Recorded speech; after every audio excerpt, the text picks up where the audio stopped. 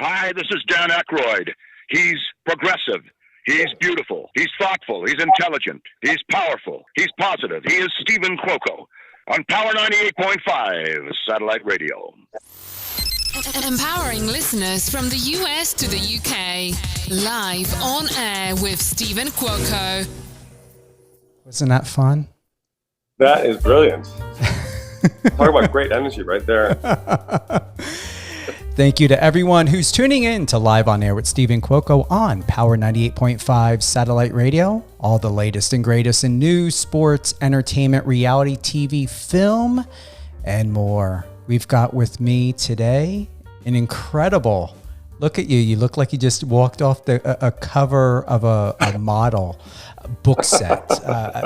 Fabio, you've got the Fabio look. I'll take it. Long locks. Yeah.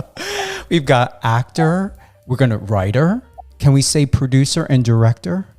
You can. All right. Lukas Hassel with us today. We're going to be talking about his latest film, House of Abraham. I wish I was in LA right now to be enjoying all of the festivities with you. Yeah, I wish you were too. We had our opening night last night and it was incredible. Full house, fantastic responses. We did a fun Q&A with the cast. Natasha Henstridge was there, Lynn Shea, and our captain at the helm, Lisa Belcher, our director. And it was just such a room full of love. And the film is harsh and dark and a psychological horror, but people dug it. So that was good. I bet you showed up looking like David Beckham in your own type of style. I bent it like Beckham, right? Oh, but you are a New Yorker through and through, so we're going to have you back very soon. That sounds great. I mean, I'm a New Yorker through and half through because I wasn't born there. I was born in Europe, but I have lived there since '96, and I certainly call New York my home. When you return to New York, Lukas, are you going to be doing any more film showings at all, or is it done right now? I think it's up in the air a little bit if the cinema is going to extend the run there. So we opened in New York and then we took it to LA and it's going to run here for a while. And then I think the plan is to sort of open it in the bigger cities around the country. And after that, it's going to go to streaming. The option is always to go straight to streaming, but the distribution company we're working with think it was a good strategy to get it out in theaters first and spread the word and then gain a little awareness before it hits streaming services. When we look at and consider bigger cities, what is that? Is that Dallas? So that would be, it'd be Atlanta, it would be San Francisco. We're going to go to Indianapolis. It's also sort of where there's interest generated. They have ways of figuring out where the trailer or where the word is spreading well. And so it's interesting, of course, to get it there because it's important that we try to fill houses as much as possible. You know, with indie filmmaking, it's very tough to get any attention for your work. And you're competing with big studios and much bigger movies. And so you're trying to sort of get your, foot in the door wherever you can. So when there's a good response, then you sort of have to follow up on that. So we're going to be flexible and see how things develop.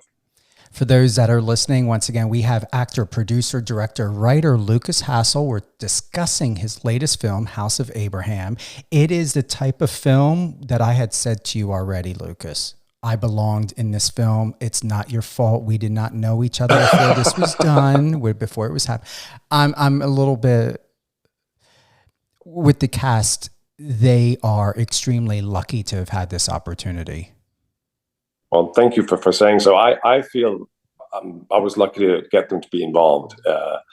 Myself and Lisa Belcher, we'd worked together before on a short film, and she called me up one day and said, listen, I think we should move on and make a feature together. We collaborated well.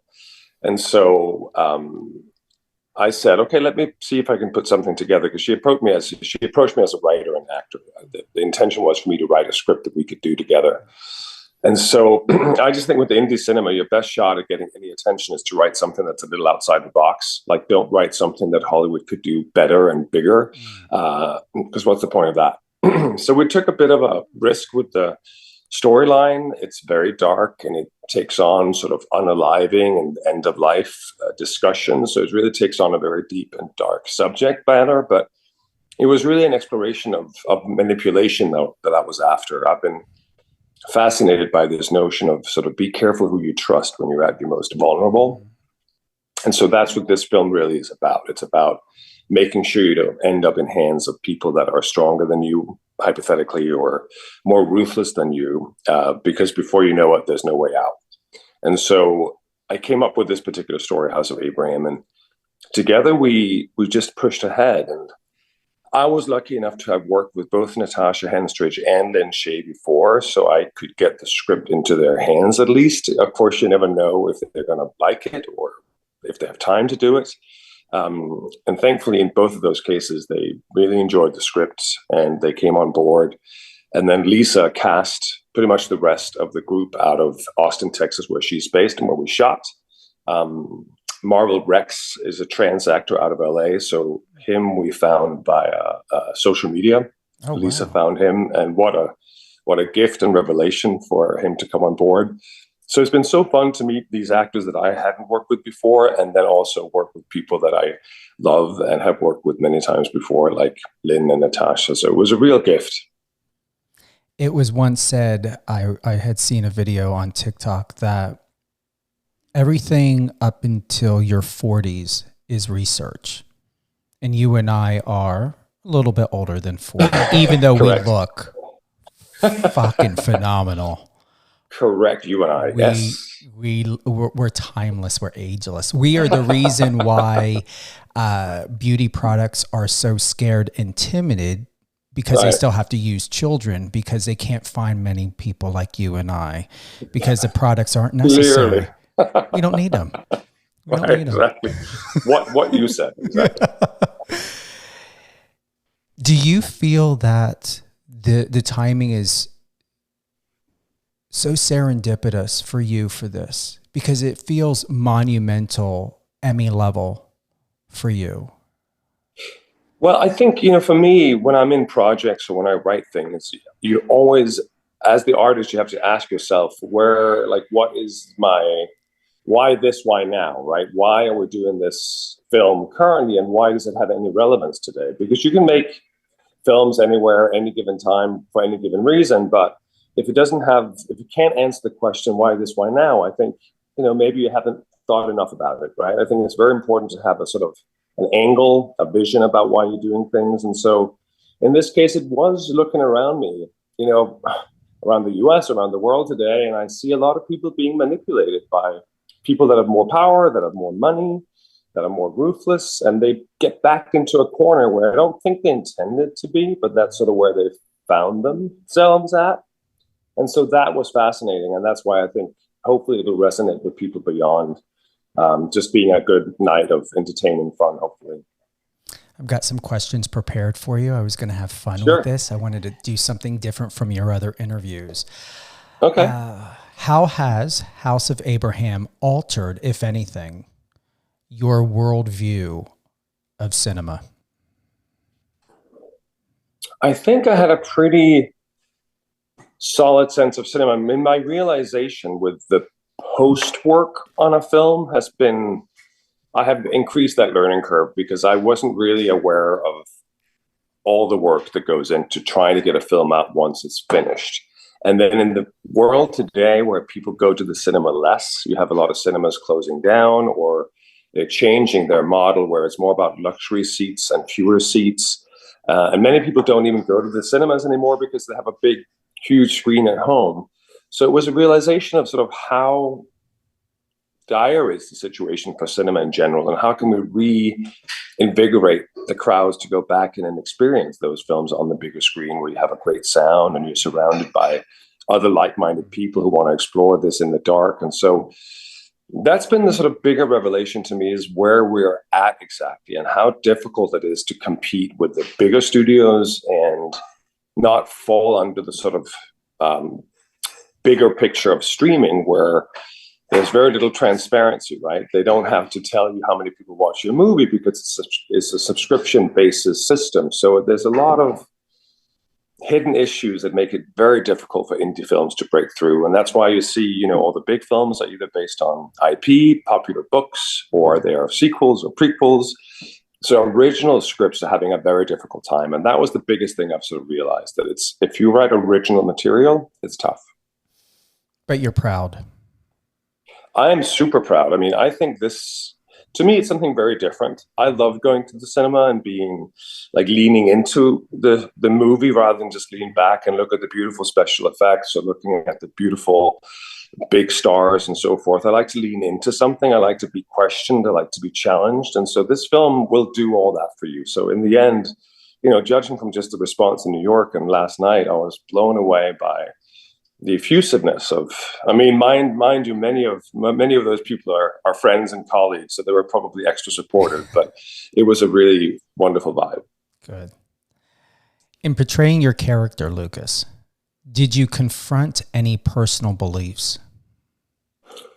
I think I've had to in the writing process, because in this case, I both wrote and acted the antagonist of Abraham. So I'd really already made those considerations by the time I was on set. So there wasn't anything new I learned while shooting my role of Abraham, but writing it, I definitely had to confront a lot of issues about life and death, which is what this film tackles well. And I'm an atheist. I would call myself an agnostic atheist. I'm not a believer in any shape or form, but I also had to respect that many people do believe. And I had to figure out how much of that do I want to include, because often with end of life, religion does enter the picture. And I just didn't really want to take on that part of it because I feel that's a different story. So, but still I had to sort of explore what all that meant. So there was a lot of research about how people handle end of life. Mm. What societal reflections did you find in the script? So it is this notion of, I think I see it around myself here in the US a lot, where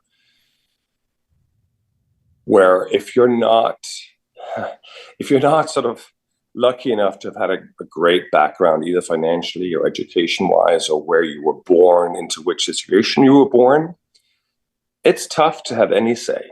You have that one vote, every 4 years or every 2 years, midterms, whatever, but it's very easy for you to be marginalized and to be shut out. And so you can really be pushed around, and I think people are being deceived in the world today very much by more ruthless people, right? So people end up voting against their own self-interests a lot of the time under the guise of maybe, a trans thing over here or a gay issue over here, or they get distracted by shiny objects apart from what really matters, which is, do you have healthcare? Do you have all this? And can you take care of your family? You're still living in a trailer home, but you're voting for billionaires. And so that's the political aspect of this that's sort of hidden in the film, because it really is about, don't let yourself get conned. Don't let yourself get taken in by smarter, more ruthless people. And that's where this manipulation thematic comes in. And that's sort of the basis of the script. You're not going to realize that necessarily when you see the film, because there's no politics in there. Mm-hmm. But if you really go in and analyze why things the way they are in the film, that was what inspired me from societal issues today. I appreciate that treasure map, because now I have that in here for when I see the film. Thank you for that. Right. Yeah. Oh, yeah. Absolutely. Were there any emotional risks you took in this role? Well, yes, because I take on very difficult subject matters, right? So Abraham is that weird voice of reason, but it's also insane at the same time. He's a very difficult character, very layered character. And he would say things like, well, you got life without asking for it, so you can give it back.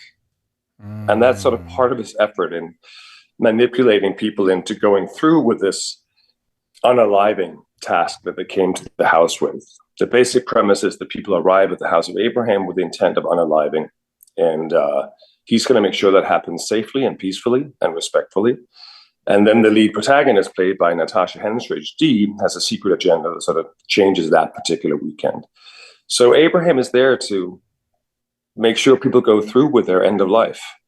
And he has very different ways of how he makes people do that.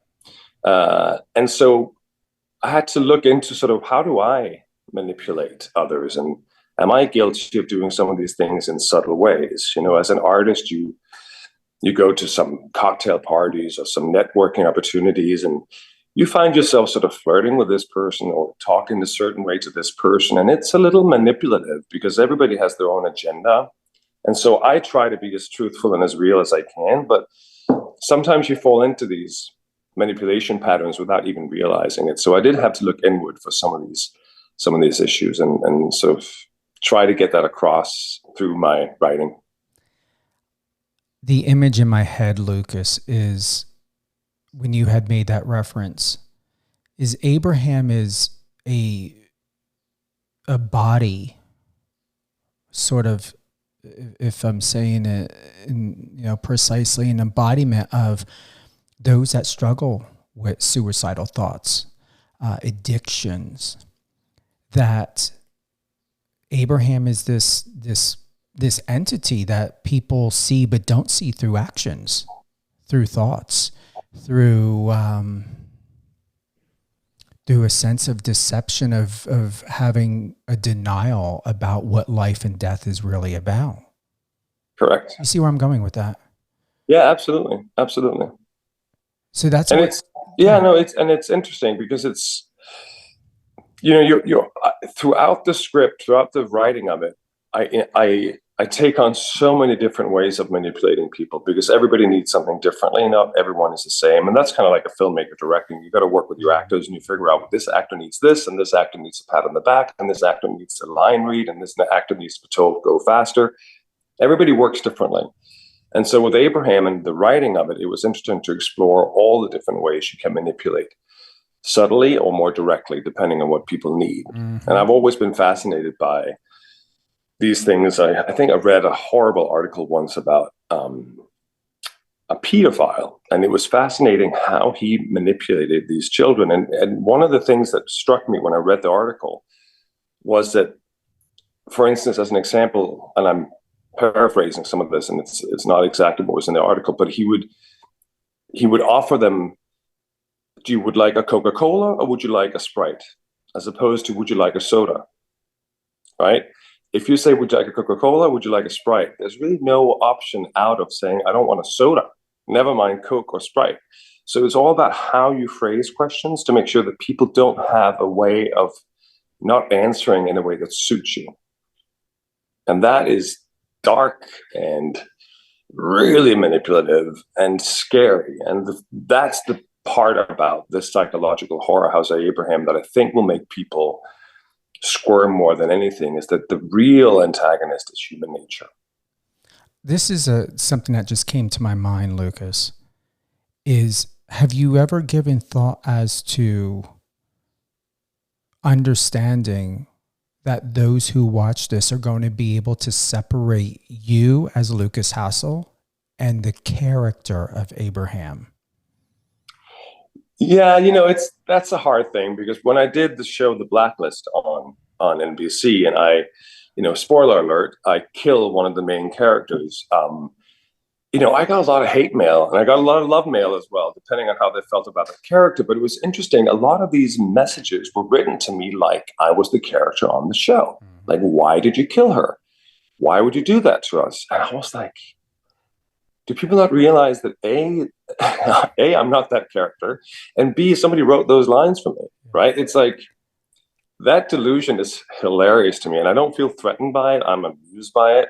So if people think that I'm Abraham in real life as well, that's all good. I have no issue with it. The real thing is, of course, the entire film did come from this noggin of mine, right? So I did think up all these dark things and all these horrible things, but I think as an artist, if you're afraid to entertain any thought, and if it's just a thought, right, there's no way I would act out on any of these things. But if you're afraid of letting your mind go to either extremes of either polar ends of yourself, then how can you possibly be an artist, because you're holding it back already? So I think many people don't want to talk about death. I don't want to think about this. So I don't mention that. I don't want to even know about it. Right? I'm not that person.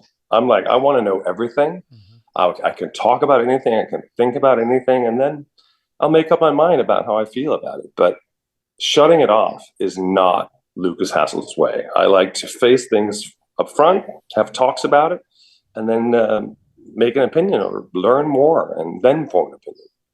You either could have been picking up an alternate life or something intuitive, because my Sicilian grandfather always had said, for every thought you have, someone else in the world also has it. So you could be retrieving a real personality or an idea of a personality emerging. That could be taken, I'm being facetious, but I'm not. I appreciate that. I believe things like that. No, I appreciate it. Did you draw inspiration from any historical figures? Well, you look at dictatorships or manipulations around the world. So sure, I've always been aware of through history how people have been dominated by, as I mentioned earlier, smarter, more powerful, more ruthless people. So yeah, throughout history, there are examples of how, people get backed into corners that they can't get out of. And as I said before, sort of act against their own self-interest because of master manipulation. And it's only really when you step out of it, you can get perspective on it, right? And so I think it's fascinating how people end up in situations. A friend of mine, who I will not mention his name, and he's creating his own documentary about his journey. But I remember he got into a cult at some point that he didn't realize that he was being manipulated and got into the situation. And we've heard many cult stories before, but the thing that struck me about his story was the thing that got him out of the cult in the end was that the cult had overplayed their hand so much by eroding his self-confidence, eroding everything about him. He thought he was nothing. And that was how they kept their members in their cult. And in the end, they overplayed their hand so much because the only reason he found the strength to leave the cult was because he felt he was so nothing that he was pulling the cult down. They had destroyed his self-confidence so much that he thought he was bringing the cult down by his own lowliness and disgustedness. So he left, trying to preserve the cult. And it was only when he was out of it, he realized, holy crap, what have I been doing? And found the strength to eventually sue and shut down the cult and so forth. But that story was like, that's insane how you can get yourself into such a situation. And it can happen easily, I suppose. I would like to think that it couldn't happen to me because I'm someone who questions a lot and I'm someone who pushes back against authority a lot. But who knows? Maybe I could. Yeah, it's victims like to find what you desire or to assume the role of fulfilling what they believe they have found in you that you need. Mm-hmm. Correct.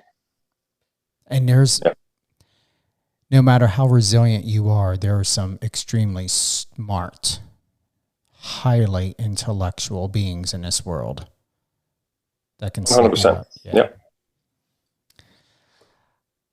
How do you hope your performance will impact the viewers that have not seen the film, like me? Well, I hope you get like a visceral reaction to it. It's so difficult now with films to make people scared or to make people cry or to get emotionally involved because we've become so savvy. We're all a little jaded about films and society in general, I think. So with this film, I was trying to set out to really make people squirm, at least, which I think is, I see people in the cinema pull off their shirts or pull their knees into their chest. And I'm enjoying the fact that I can actually have that effect where you can give a gift of making people feel something that they haven't felt in a while, even if it's a bad feeling, because then they walk out of the cinema and they realize life is great. Mm-hmm. I'm not in that world, right? So something for something. So my hope is that I can make people feel or experience something that they haven't seen or felt in a while. And that was, and I think I have achieved that. Without having had seen the film yet, and I'm looking forward to it, and I will. Yes, I'm definitely going to hold you to that. I believe from what I found from the trailer, from other amazing reviews about the film and looking into it, is it's real. It may have come, even though it came from your mind, it's still real. And these are things that you could be at work, your supervisor, your spouse. How many times do parents not even realize their young children, their adolescent children, their preteen children have these thoughts in their head? I believe when those that are cringing is they understand. I'm not speaking for everyone. I'm only speaking for myself. Realistically, that anytime a cringe comes, it's knowing that's something that's real. Correct. And that was a big takeaway from last night's screening. A lot of people came up to me and said, this was so real. Because the whole point of some of these things that happen in the movie is to keep it grounded. And I wanted the tone to be very real. It's very easy with certain horrors to sort of veer into spoof a little bit. And too much comedy. There is comedy in the movie. There's some comedic relief. Lynn Shay nails it as Beatrice, and she's hilarious. But you have to sort of hold her back because she has such a gift with comedy and so forth. But if she went into that too soon, it would shift the whole tone of the movie. So we had to sort of hold her back, almost like a racehorse. Of when do you let her freak flag fly and let it go? And every now and then we let that happen, and other times we had to pull it back. And it's the realness is what I was going for, and it's. You have something like Final Destination where you have a lot of these amazing kills, and it's fun to see how that comes together, and it's an expensive setup, and this happens for that to happen, and it's fun to see how they do that. House of Abraham is the opposite of that. The deaths that you witness on screen are harrowing. They're real, and you see every single thing. Like, you cannot look away. And that's what we're going for. When the sizzle reel was made, Lukas, was there discretion made by either you, the team, the distribution company of how much of the visual would be shown?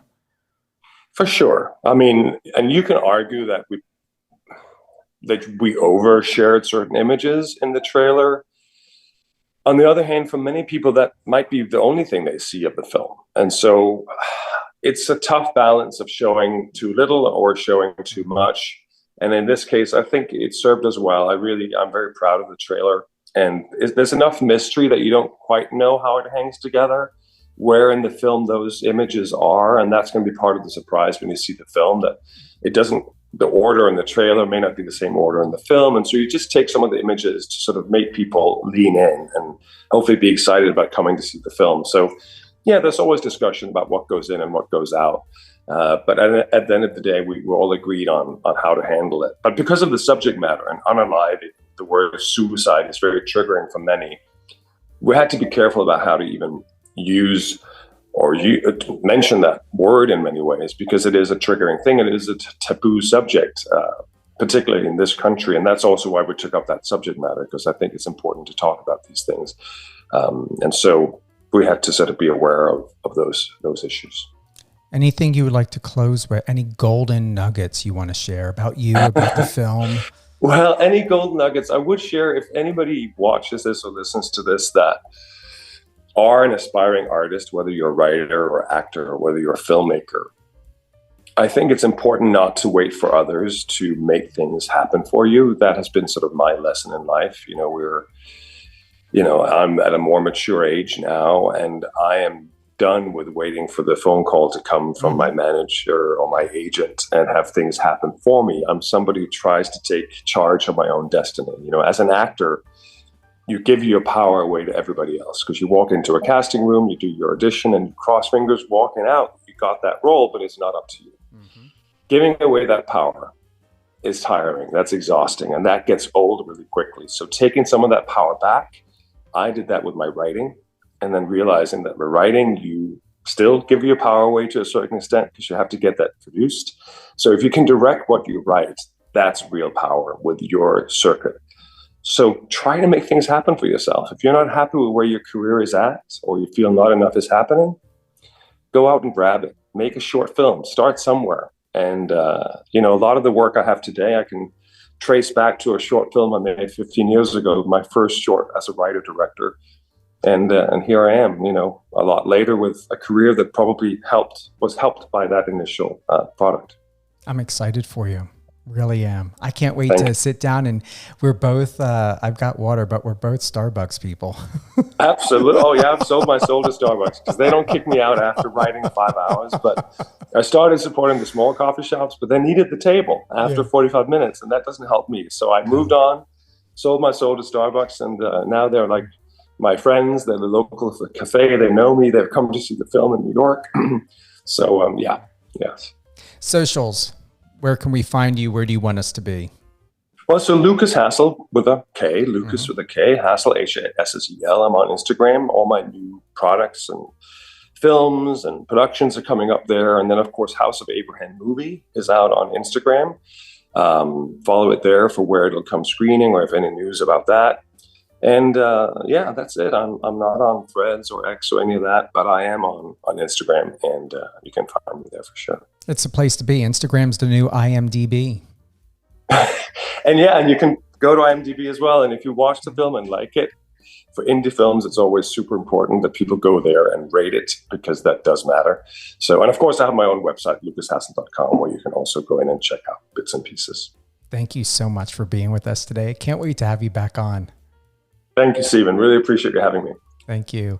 Thank you to everyone who's tuned in to Live on Air with Stephen Cuoco on Power 98.5 Satellite Radio, power985.com. Download the app. Tune in on Alexa. Power 98.5 is available on Apple Music. So if you are like me and you've got an iPhone and Apple Music, go right ahead. Listen to it anytime, anywhere. And today we've got Lukas Hassel, writer, producer, director, and actor. We talked about his latest film, House of Abraham, coming to a theater and streaming service near you. And speaking of streaming, when is that happening, if anything? That's to be decided. We have to see how the theatrical run goes, and then we'll take it from there. But it's definitely going to hit streaming. It's just a matter of when are we going to launch that. Perfect. If you happen to not have heard the entire episode of Today with actor, director, producer, and writer film Lukas Hassel, you can find Live on Air with Stephen Cuoco on any one of your favorite podcast platforms. Remember, this is a radio show, not a podcast yet. Podcasting is your friend to check out and get the latest when you are not able to listen to it live. Take care. Have a wonderful weekend. Summer is here. We're breaking out in the 90s here in New Jersey and New York. Yet I'm going to stay cool, and I hope you do too. Have a great weekend.